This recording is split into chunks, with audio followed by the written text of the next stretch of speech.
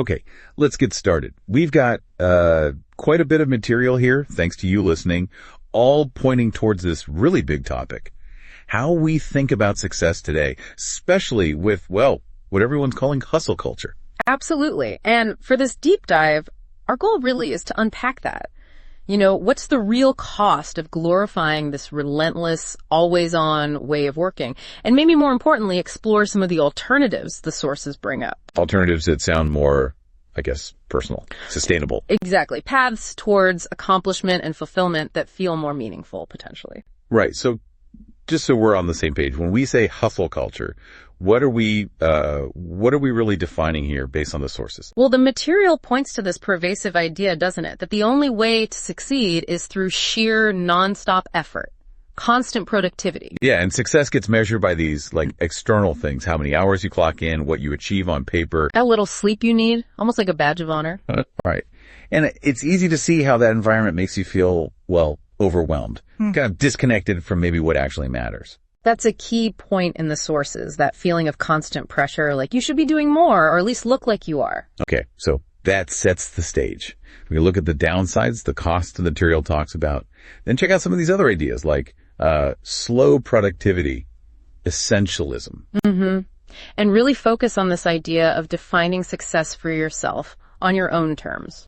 And wrap up with some practical stuff from the sources, ways to maybe start shifting things towards a life that feels more intentional. Yeah, moving away from a definition that society kind of hands you towards one you actually choose and build yourself. Okay, let's dig into the problems first then. The sources are pretty blunt about the hidden costs of this constant grind. They really are. Burnout is obviously front and center. The material describes it not just as, feeling tired, but as something leading to pretty severe mental and physical health problems. Which makes sense. Yeah. But there's also this irony that the sources mention, right? About productivity. Yeah. Diminished long-term productivity. All that frantic activity, it seems, can actually get in the way of doing sustained, meaningful work over time. It feels unsustainable. If you're constantly running on empty, how can you possibly keep delivering your best work? You can't. Not really. And then there's the toll on relationships, which the material also highlights. Yeah. If all the energy is going into the hustle. There is often very little left for genuine connection with people. Right. And something else the sources bring up, which feels crucial, is about privilege. Yes. This definition of success, this hustle model, often ignores the fact that not everyone starts from the same place. It can disproportionately impact people or groups who don't have the same safety nets or resources. It assumes a level playing field that just, doesn't always exist. Precisely. And it really drills in this idea that your value, your worth as a person, is tied directly to your output. How much you do, how many hours you put in, wearing that lack of rest like some kind of medal.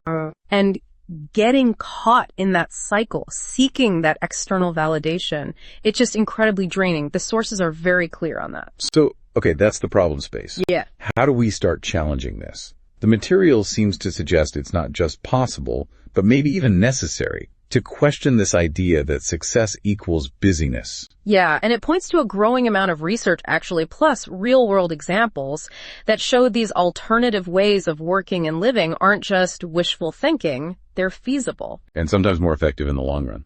Often, yes. More fulfilling and definitely more sustainable. It's proof that there isn't just one way.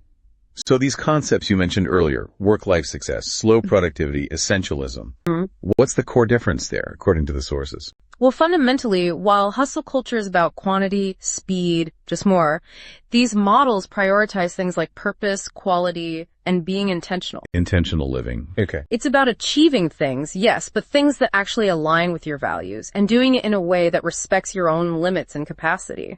So this whole deep dive, it's kind of an invitation, isn't it? For anyone listening to just pause for a second and ask, what does success really mean to me? Personally. Yeah. Not what society says or what my boss expects or what I see on social media, but for me. And that reflection is so important. The material really emphasizes that success isn't some monolithic thing. It's deeply personal. Which is such a contrast to hustle culture, which feels imposed. Like the default setting we're just fed. Exactly. The sources frame it as externally driven, But the alternative path they encourage is about defining success on your terms. Using phrases from the material like living by design, not by default. Yes, and making active choices about your focus and energy, rather than just reacting to whatever demands come your way. You know, framing it like that, defining success personally, it feels like more than just self-help. The sources almost position it as an act of resistance. I think that's a fair reading. Resistance against a dominant cultural script that can be, frankly, quite toxic. It's about reclaiming agency over your own life and narrative. And the implication then, according to the material, is that this isn't just about individual well-being, though that's huge. Right. It's also about potentially challenging the bigger systems, the structures that kind of demand these unsustainable sacrifices from people. So if enough individuals start shifting their personal definitions of success, could that actually, ripple outwards? Force changes in organizations or even society? That's certainly the hope expressed in some of the material, that the future of work might be shaped less by traditional economic drivers alone and more by people demanding holistic well-being and a sense of purpose. Wow. Okay. Change from the bottom up, essentially. Potentially, yes. So if someone's listening now and thinking, okay, I get it, I want to start doing this, defining success differently, where do they start? What practical steps do the sources offer? Oh, a really basic starting point mentioned is just recognizing the signs of burnout in yourself. You know, the exhaustion, the cynicism, feeling ineffective. It's acknowledging it. Yes, and internalizing this key message from the material. It is okay to slow down. It doesn't mean you're failing. It's actually necessary. That feels like a direct counter message to the whole hustle ethos. It absolutely is. But then the sources argue that things like setting real boundaries, saying no sometimes, and actually embracing rest aren't lazy, but actually productive in a different way. Exactly. They can lead to more creativity, better problem solving, more sustainable productivity in the long run. It's shifting from measuring volume to measuring value. Okay, what else? The material also talks a lot about listening to your body, tuning into your intuition. What do you actually need right now, rather than what the world is telling you that you should be doing? That requires a level of self-awareness that maybe hustle culture discourages. It definitely does. It encourages looking outward for validation, not inward for guidance. And there's also a mindset shift involved, right? Moving away from scarcity, comparison. Yes, away from that feeling of never enough time, never doing enough, always comparing yourself to others, and moving towards abundance and gratitude. Appreciating what you do have, what you're doing. Exactly. Focusing on contribution and contentment rather than just deficits. The sources also mention small, daily things. Little practices. Things that might seem almost insignificant, like taking proper breaks, maybe doing a bit of journaling, spending just 5 minutes in nature. They're not magic fixes, I assume. No, not presented as cure-alls, but as ways to sort of sprinkle moments of consciousness and self-connection into your day. Building blocks for a more balanced life. Little moments of deliberate presence, maybe. That's a good way to put it, especially when days can feel like just reacting constantly. Now, it feels important to be clear here. Based on the material, this isn't about just giving up on ambition, is it?